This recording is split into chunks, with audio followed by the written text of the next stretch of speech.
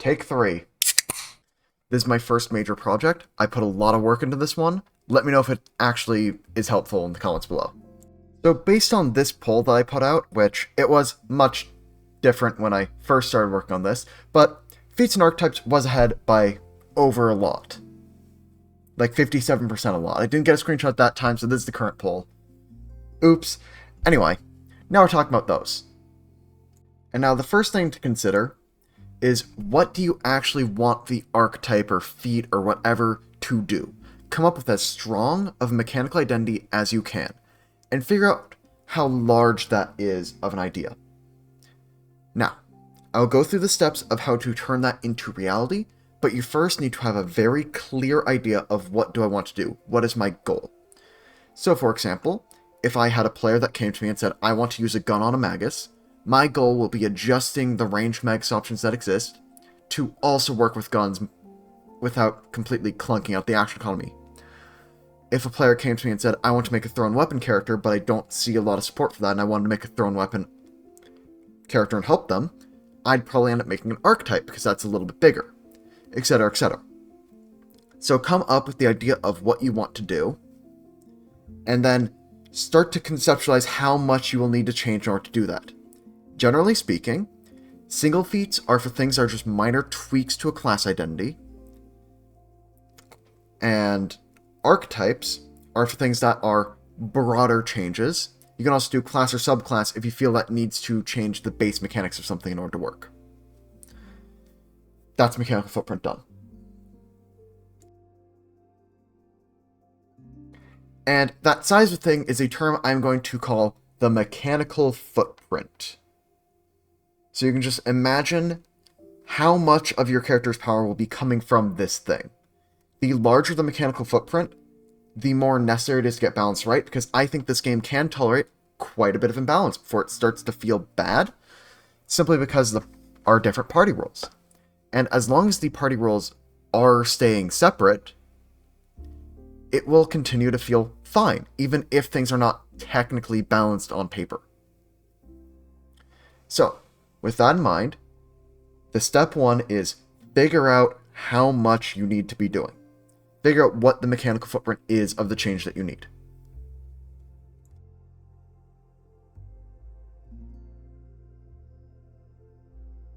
Step 2 is to then research any of the options that exist. If you find stuff, you may reevaluate section 1 to be a slight twist to something that you researched or whatever. This is not a linear process, which is why this took me so long to make, because I kept on jumping around with all the possibilities you could do, but that's not reasonable for people to follow. So, as such, I'm going to give the recommendation that you follow these steps more as guidelines and go back up when you feel like you should. So, in the research step, what I would do is I'd find all the things that have similar solutions. So, I'm going to use that example of, I want to make a small tweak that will have my Magus function better with a reload weapon such as a firearm. So, the first thing that you do is you research what is the character already trying to do. So, I'd look into Magus, I'd look into hybrid studies, and I would see here, Start Span already lets him spell strike with ranged weapons. Great! Spell strike usually takes an action to recharge, so normally Start Span characters will go strike, recharge, spell strike, recharge, and get into this kind of loop until they need to move. And that's fine. That's basically as they're designed. They're the simplest Magus to play because you don't need to worry about ranges. They also trade off damage because they're using ranged weapons. Makes sense. Sure. However, if you're having to recharge your spell strike and also needing to reload, that's a lot of downtime for this character to be doing things that isn't the coolest thing for their class. And isn't the coolest thing for their character identity. So that is the core issue that I would then need to solve. So I have now defined my small core issue, and then I begin research. So, with my research, I'd then go into what other classes have reload weapon support. And of course, the first thing that jumps to my mind when I hear reload weapon support is Gunslinger. Because if you look at the art, there is a gun. So that's why I jumped to Gunslinger first. Ranger also has some of these things I'm going to talk about, and that's where I also looked. But Gunslinger has some very obvious things that they're doing, because Gunslinger has made reloading feel good, at least to an experienced player, and they did that via signature reloads. For example, the Way of the Drifter lets them make an off-weapon strike as they're reloading. Okay, action combination activity. Pistolero has an action combination activity with reloading, then doing any of these checks. Sniper, covered reload. Reload and hide or take cover. Great. A bunch of things along those lines, and Way of the Spell Shot is a class archetype that lets you recall knowledge as you reload. So, a lot of action combination things to make reloading not feel terrible. And you can also look in the Gunslinger Feats, and they have other ways to make reloads not feel as bad, particularly with things like Risky Reload, and also Running Reload. There are a lot of ways that people would then tack on extra actions you can do while reloading. So, now I have identified what my issue is, I've thought about what I want to do, and now I need to know, how do I balance what I am making?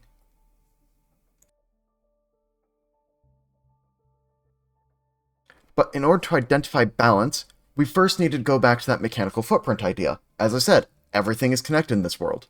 So, when you're thinking about mechanical footprint, what you should be thinking about is, how much does this change how my character plays? Something like a general or a skill feat does not change the way the character plays that much, so they have a very low mechanical footprint. A class feat has a much higher mechanical footprint because class feats tend to be the exact actions you're taking in combat. So as such, I think this would make sense as a class feat, at least for the thing that I am talking about. So that's really where I would start to look. I'd start to look at balancing it as a class feat. But again, if you want to do something larger, that would affect a character much greater, and would give them a lot more variety of the things that they would possibly be doing, as if you were to make a thrown weapon character, or I would turn that into an archetype, because that is not really something that you feel like should take up the class chassis, because there are a lot of ways to approach a thrown character, and I think it could be a lot of fun to slap that onto other things. And so, archetypes just make sense. It doesn't make much sense to make a thrown weapon class, it doesn't make sense as an ancestry, because you're going to want to give it a lot of powerful things, and ancestries are not that powerful in Pathfinder 2nd. A lot of your power comes from your class and your class feats. So if you want to make something that is powerful in combat, you're going to want to make it a class, or use class feats either by standalone feats or an archetype. So, we're going to balance this as a class feat. So we should compare it to other close class feats and see where it stacks up. So I'm now going to write out my proposed feat.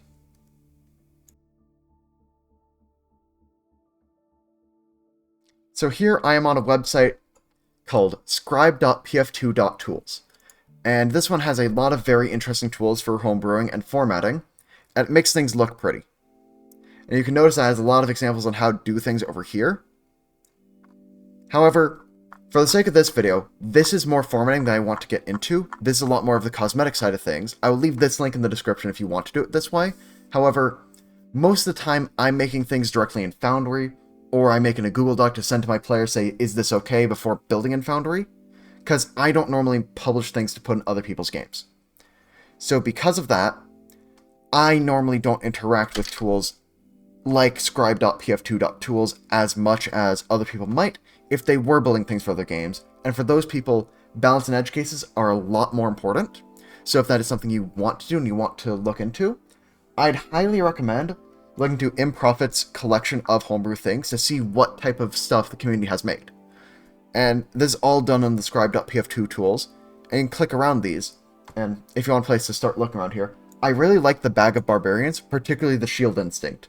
I'm not sure how recent this is out of Improfit stuff, but I really like this one because it shows how I like to homebrew things, which is, I have this interesting idea, in this case being a barbarian, that is dual-wielding shields as weapons, and then how do I turn this into a thing that my players want to interact with? And I generally like the design here. So, gets a thumbs up from me. But with that, I'm going to type up my proposed feat.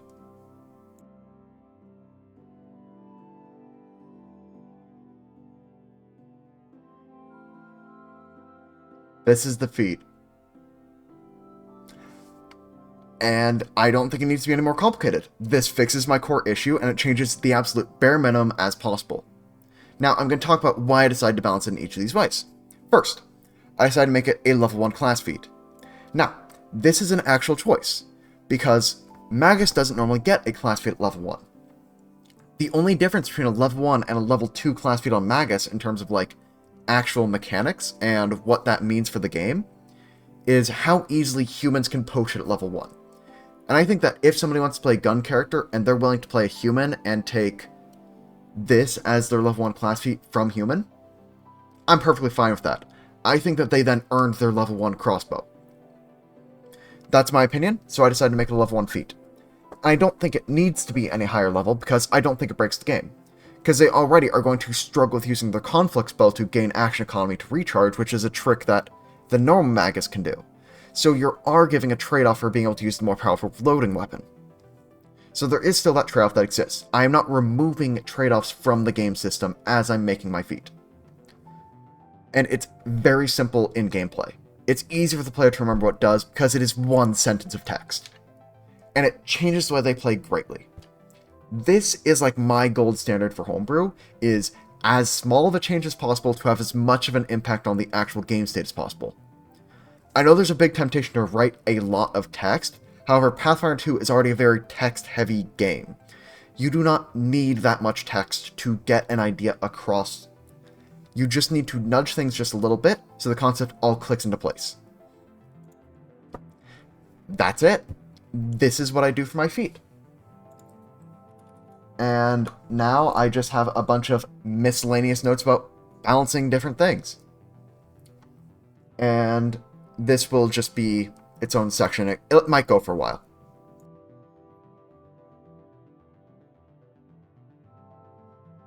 And if you all thought I could go that many videos without mentioning the wrestler archetype, you are wrong.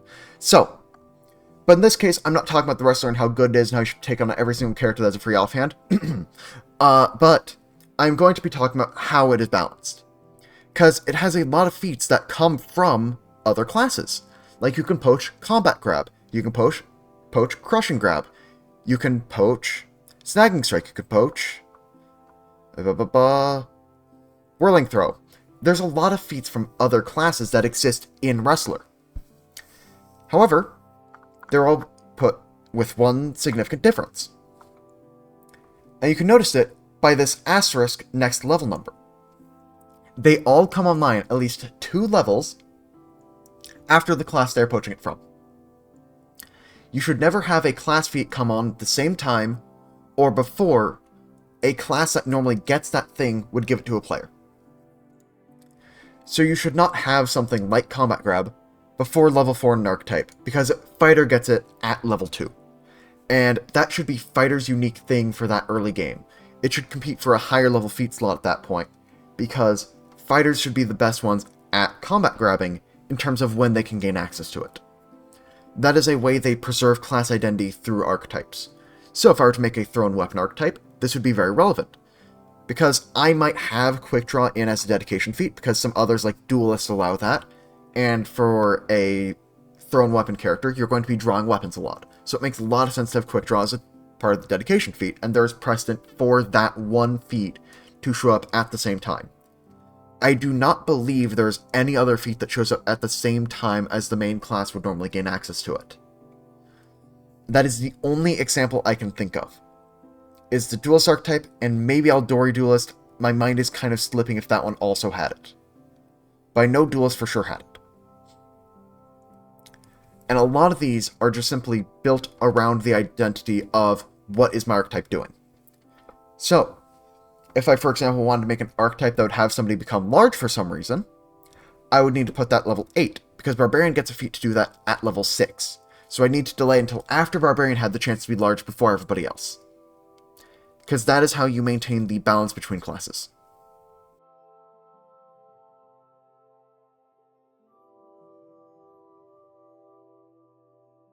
My second note is about general feats. When you're looking at general feats, and you scroll all the way down to high-level, non-skilled general feats, you'll notice they all have a common thing in common. they're all kind of bad. Like, yeah, True Perception seems really cool, but that's still only 6th level True Seeing. It's not seeing through any on-level illusions. Incredible Scout? Yeah, but people have Incredible Initiative at that point a lot of the time. Go Vesture? Eh. Hustle Longer? Eh. None of these are super combat relevant. General feats primarily exist to do one of two things. Fix your combat numbers with something like Fleet, Incredible Initiative, Toughness, Shield Block, etc. Or give you a minor ability that doesn't really make sense as a skill feat. Which is where stuff like Hireling Manager or Skitter come into place. These feats that wouldn't really make sense unless they were in their own like separate category, because they're not big enough to be a class feat, they aren't really tied to a skill, they don't require a skill roll, so they can't be a skill feat. Things of that nature are going to be what you see in the general feat category. You should not really look to make general feats that greatly change the math of the game. That's not what they're designed for, unless you're going to be reworking a lot of the game system. And if you're overhauling the game system, that's a completely different video that I will be making eventually, probably.